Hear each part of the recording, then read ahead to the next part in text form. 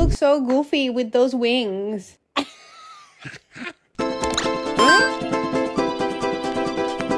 Before we start discussing this Batman film, I must say I am not a Batman fan. So I don't know every Batman timeline. I don't know every detail about Batman. I'm not familiar with Batman lore. So bear with me, please. I did knew before the Christopher Nolan movie of Batman that there was some Batman movies that came before. What I didn't knew was that Mr. Tim Burton was the one that made those movies. Hey, I wasn't even around when those movies came out, so how would I know? Because Halloween is coming, I was like, oh my god, let's make like a video talking about Tim Burton's movies. And that's when I found out that the first Batman live action movies were made by Tim Burton. And I must say, this movie are so campy, very much looking camp directly in the eye.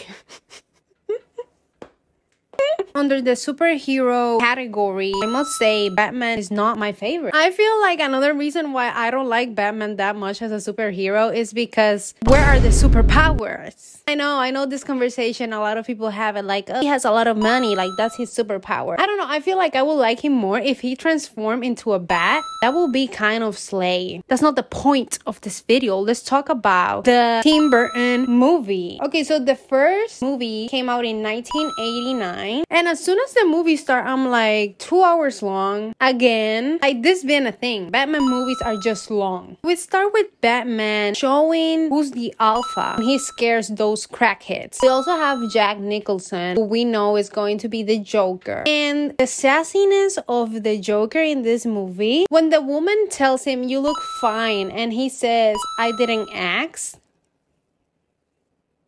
Gag. Gagatron. Another thing that I noticed is that in this movie, every time they are outside, there's like smoke. And that's so mafia coded, like mafia boss, Al Capone type of lore. I loved it. It was very dramatic. And then we have the crackheads talking about like, oh my god, there's a bat vigilante. There's a man that looks like a bat. And he's like the night police and nobody believes them for obvious reasons. And then the other gag of the century is when that lady, the photographer, and that other man are talking shit about Batman. And he's right behind them. The thing that surprised me a lot was that Batman didn't care. He was like, that's what people do. They talk about me. That was a very slay of him. I love that. And then we have this man talking about the rich are odd because they can afford to be. And then he called Batman Bruce Wayne. I found that so hilarious. Another thing that I loved about this movie was the gunshot sounds. Love. And then every time Batman appears, I'm not scared. I'm not gagging. Like, girl, you look so goofy with those wings.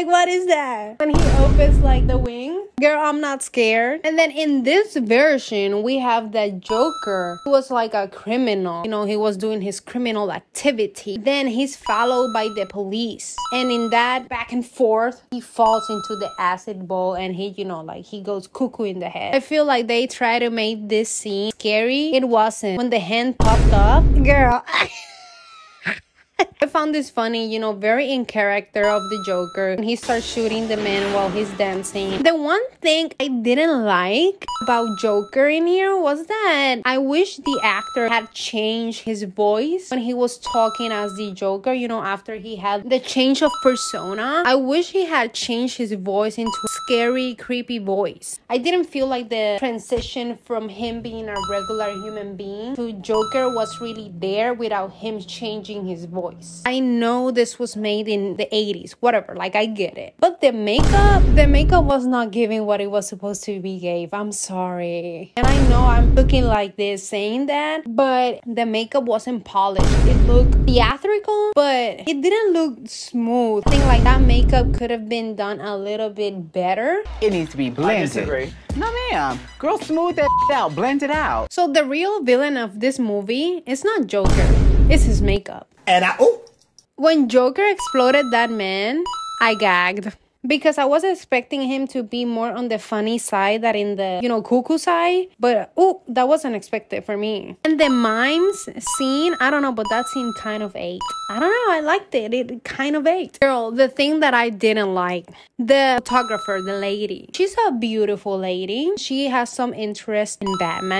They spend the night together. But then, why is my girl calling him every day? Why is she following him? Why? Girl, I didn't like that. Give him some space. If he wants to contact you, he will contact you. Don't be following that man. Girl, didn't like that at all. Lawrence.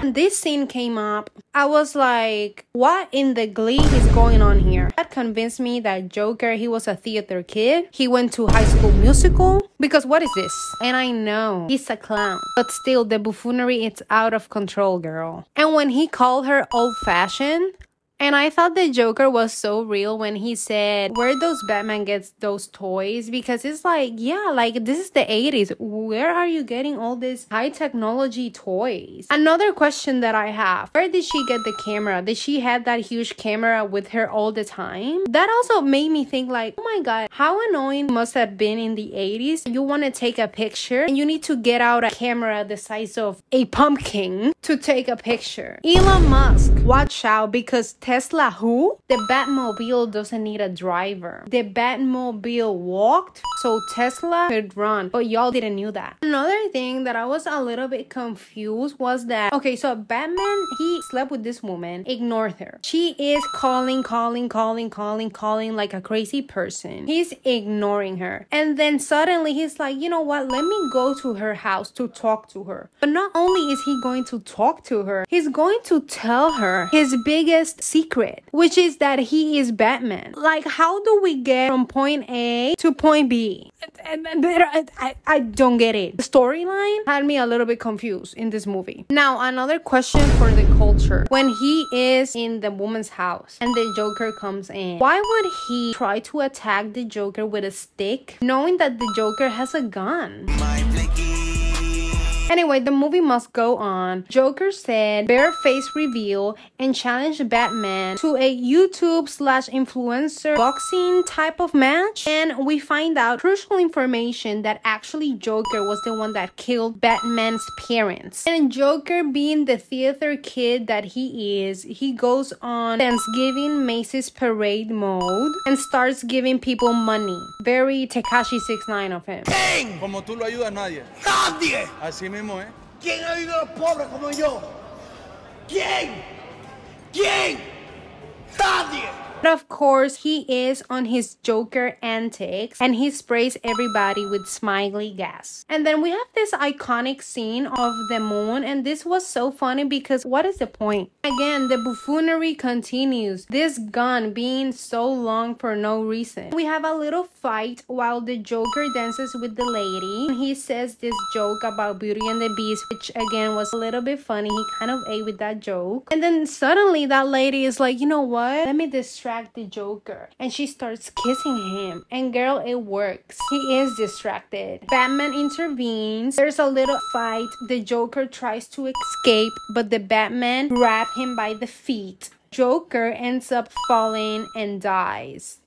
Then at the end, Batman is the good guy who saved the day. He gave the bat signal to the police officers, and that's it. Now, my final thoughts of this movie. I feel like this movie was just like an intro for the people at that time to get to know who Batman is and how Gotham looks and how the villains of Gotham can look. But ask me anything about the plot. I couldn't answer any question because that's the thing about this movie. I felt like it didn't have a plot. It was Joker bad guy, Batman good guy. Batman needs to defeat Joker. Joker fights back. Final round. Batman wins and saves the day. And that's it. It's not very deep. The plot is not all there. But the movie is very campy, very theatrical. And I must say, I don't understand why they didn't add Harley in this movie. They never put Harley in a live action until Suicide Squad. Why? When she has this costume that is so campy and beautiful, why wouldn't you put her in the movie? I wanted to see her in this movie. I feel like if she would have been in this movie, she would have ate. Let's talk about the other Tim Burton Batman movie. Am I surprised at this point? 2 hours again.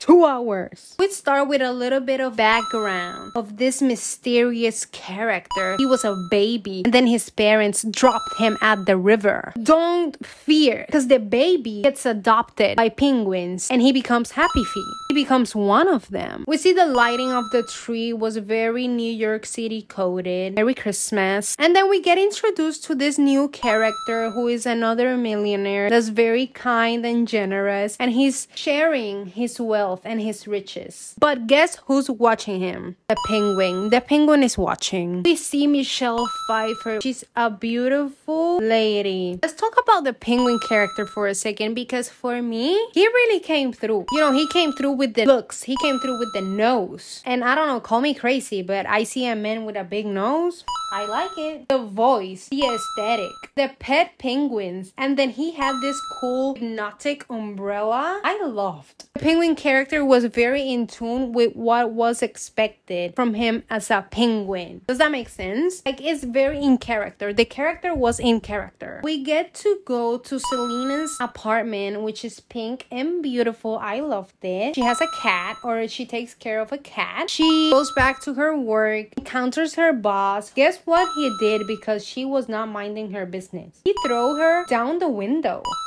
Don't fear, because the cats come to the rescue. I love cats so much. I'm a cat person. The thing is that the cats start to bite her, and that's where she becomes Catwoman. Now she's like an acrobatic, very flexible, whipping latex suit supervillain. That's how I would describe her. Penguin wants to become the mayor of the city, and I don't know about y'all, but he was way ahead of everybody. He wanted to stop global warming back in whatever this year was. He is the mayor that Gotham needs. Another observation that I made was that Catwoman walked so you discard kittens could run. Yeah. Now Catwoman and Penguin are working together. They want to get rid of Batman, and they want to incriminate Batman as a villain. They just want people to think that he's a villain. So what they do is that the people that work with Penguin takes over the Batmobile, and now Penguin is actually driving the Batmobile. People were like, oh, that's Batman. That must be Batman. Batman is a villain. But then Batman enters his DJ era and exposes Penguin in front of Gotham. The people start throwing tomatoes at Penguin. They're like, we don't want you no more. And can you take a guess what Penguin did? Being the villain that he is, he starts shooting at them. Gagged. He's like, oh, you want to throw vegetables? I'm gonna throw bullets at y'all. And I'm sorry, but the Penguin is so comical riding the dock. Like, what is this? That shit is so funny. And another thing that I noticed was that the Penguin's hiding spot, it gives a little bit of the Backrooms vibe. After this happens, Penguin has like a little tantrum, and he's like, oh my god, you know what? I'm gonna unalive every firstborn of every Gotham family. And then one of his people is like, Penguin, yeah, we are villains, but I don't know about killing kids. Guess what he does? Shoots him again. Yeah, I know he's a villain, but oh my god. On the other hand, Batman goes to the Hunger Games Capitol party. And there, Catwoman and Batman share a passionate kiss. They say something to each other that lets them know that Bruce Wayne is Batman and then Selena is Catwoman. So now they know, after having like this weird sexual tension. Bruce and Selena were having like a little thing, but Catwoman and Batman were also having like a, you know... After Catwoman and Batman share that kiss, Penguin crashes the party. He tells everyone like, hey, I'm gonna take all of y'all firstborn. But then Batman saves the children because what is going on, Penguin? Like, leave the children alone. Now, Penguin is mad and he's doing a speech to the penguins of Madagascar, and he sends them to explode the city. Why do you have multiple tiny TVs instead of having just one big TV? Couldn't see in those tiny TVs. So Batman again makes an intervention on the penguins' helmets and send them back to the penguin cave. Again, I'm sorry, but the duck outsold the Batmobile. Penguin ends up losing to Batman. The thing is that the movie ends with Batman saving the day, and then he thinks he saw Catwoman. He stops the car, encounters the black cat. He takes the cat home. Again, the cat distribution system doing its job. The plot of this movie, I feel like it was more well thought. Also, the aesthetics, they were better in this movie. There was a lot of scenes that actually reminded me of The Nightmare Before Christmas, and also some of the music reminded me of Edward Scissorhands. I mean, it makes sense, it's the same director, but you can tell this is a Tim Burton film more than the other one. This one, in general, is just better. Both of them have that campy, theatrical, Halloween type of vibe. So yeah, that's it. Happy Halloween. Happy trick or treat. And thank you for watching and listening. See ya next week. Bye.